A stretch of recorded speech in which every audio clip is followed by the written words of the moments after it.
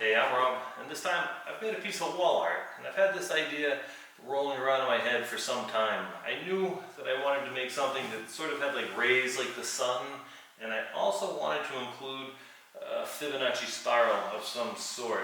I don't know if you can see it. I'll try and get close enough for the camera to pick it up, but I get more shots of it later as well. But I've made it simply out of some ash, some teak, and some mahogany. And on the back, I just put some rubber feet like you'd find on a chopping board. And I put a little keyhole hanger at the top to hang it. I really kind of wanted to make it so it could hang on the wall and spin because it looks so cool when it spins. But I just figured that would end up marking a wall up in the end if you spun it too many times. So anyways, this is what I ended up with. If you like it and want to see how I made it, feel free to stick around and watch the video. I designed this project in SketchUp, and I won't bore you with the details of me drawing the whole thing. I will say I started with a circle with a diameter of 500 millimeters and worked off of that, laying out the pieces. You can see it ends up being a bit bigger than 500 millimeters, which is fine. But once I had it all figured out and working the way I wanted it to, I just copied one of each piece and I took some dimensions so I would know what size to cut them.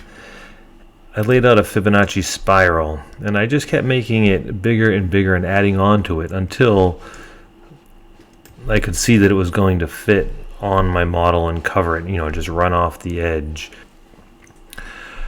Once I knew the spiral would fit on the wall art, I printed it out on computer paper at a 1:1 scale, and then I'll transfer the spiral onto the wall art using carbon paper. I wasn't sure how many spirals I wanted to put on the wall art. I originally thought I was going to put loads of spirals just around and around and just keep tracing this shape repeatedly all the way around it. But as I got into laying that out, it looked like it was just going to be a mess. So as you saw previously, I just put 3 of these spirals around the wall art, rotating them 120 degrees each time to fill the 360 degrees in a circle. And I'm pretty happy with how that came out.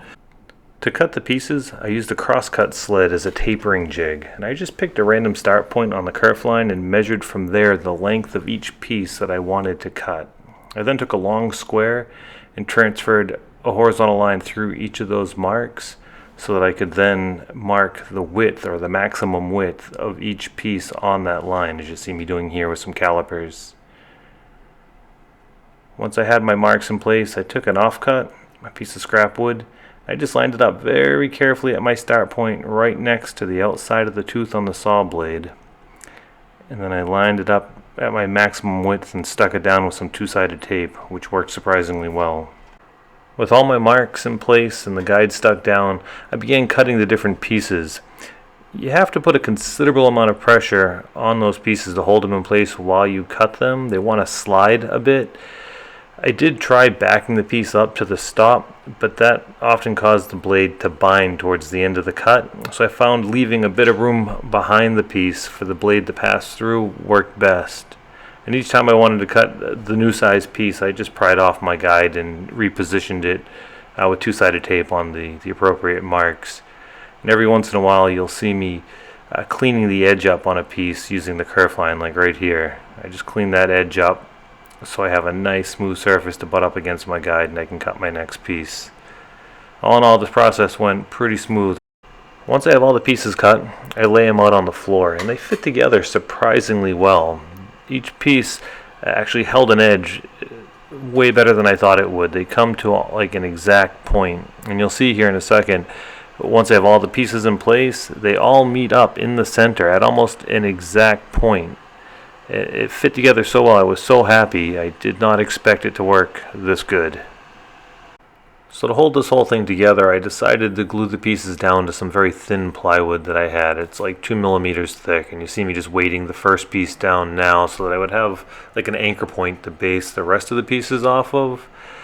And I wasn't really sure how I was going to do this. I tried gluing a few pieces down individually and weighting them, but this was going to take forever. So ultimately I slid a piece of thicker plywood under the thinner plywood, and then I applied glue to the back of the pieces, and every so often I'd throw a brad or two into one of the pieces just to lock it together, and this seemed to work really well. After everything dried up, I came back with a belt sander to blend the different heights of the pieces together, and I did this on purpose so that it would have a wavy effect when it was all finished. I then used some Osmo wood filler to fill in some of the cracks. This product works pretty good. I got a little carried away with it. I think I applied more than I really needed to. The cracks that were there really weren't that visible, but I did just sort of rub it the entire seam just in case. And then I sanded it off with a random orbital sander, and that worked well. It kind of stuck in some of the rougher spots on the wood, on the ash. You can see it there, but I did get it out with a little perseverance. I was using 80 grit to do this, and then I came back and sanded the entire thing up to 240 grit. To cut the shape out, I just took a utility knife with a sharp blade, and I scored around the entire perimeter of the piece. And then I took the piece and I flipped it over, and I just snapped that thin plywood right on the score line. You'll see in a second. And then I took a pair of nippers and I started pulling all of the brads out that had gone through the piece and the thin plywood. And this was really a mistake. I should have removed all of those brads before I ever applied any wood filler. Because what happened was I pulled the brads out, but then all the wood filler that was concealing the brad hole also came out with it. So I was left with a bunch of voids again in the top. And I did ultimately go back and refill all of those brad holes and then sand them again. To clean the edges up, I put a flush cut router bit in the router table, and then I just adjusted the height so the bearing would ride right on the edge of the boards. It's actually very satisfying to do. It cut a nice clean edge all around the perimeter. It did miss some of the bits in the corner, so I just came back at the end with a chisel and trimmed those little bits out, but it was no work at all. So I'm pretty excited at this point. I printed out the Fibonacci spiral on all the different pages. I lined them all up and taped them together, and I'm finally going to get to transfer the spiral onto the workpiece. And you see I'm doing that here with some carbon paper. Once I get the spiral on there and I get a few divots made into the piece, it becomes pretty evident to me that I don't really have a plan. I'm not exactly sure how I'm going to do this or what I'm going to do, and I've put a lot of effort into it so far, and I really don't want to mess it up at this point.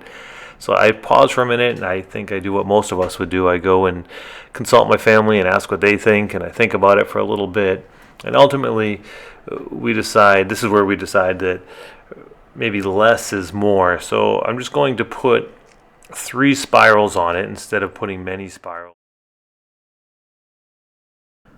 Okay, so now that I have a plan, I take my paper and I line it up with the original spiral. I use a protractor and I make some marks and rotate the spiral 120 degrees and trace around it with the carbon paper.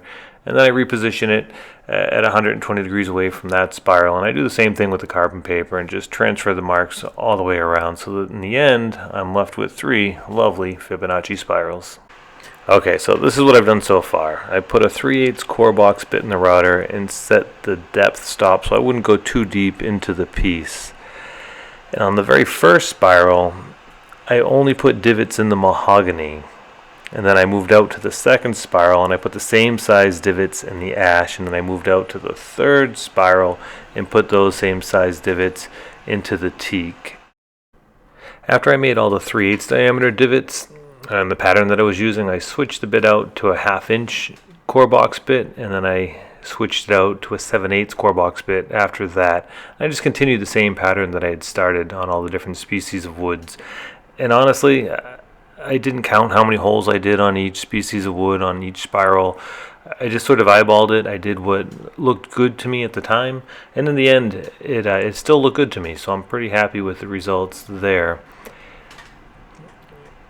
I did get a little bit of burning at first before I adjusted the speed on the router, and I came back with a Dremel tool and one of these little sanding bits, and it worked pretty good. Like, I got in there and got most of the burning out, and I think most people probably wouldn't notice, and if you're looking that close to find burn marks on my wood, well, shame on you. Once I got the burn marks removed, I moved on to finishing, and honestly, this is the most satisfying part of any project. And I used Osmo hard wax oil for this, mostly just because I had some on hand. I think any finish would have worked. Danish oil would have worked just as well. I just applied it liberally. I used a sponge cloth this time. It worked, it got the job done, but I don't think I would use it again. And as I applied it, I did put it on and it filled up a lot of the divots. And I went back and wiped off all the excess, and I was really careful to soak up all of the finish that had pooled up in those divots to make sure that it wouldn't leave like a chunk of hard wax in there in the end. And I didn't record this, but for the backside I just sprayed it with some clear lacquer to prevent moisture from getting in on the backside, but no one's ever going to look at the back, so I just used a cheap can of whatever I had on the shelf. That's all for now. Thanks for watching, and I'll see you soon.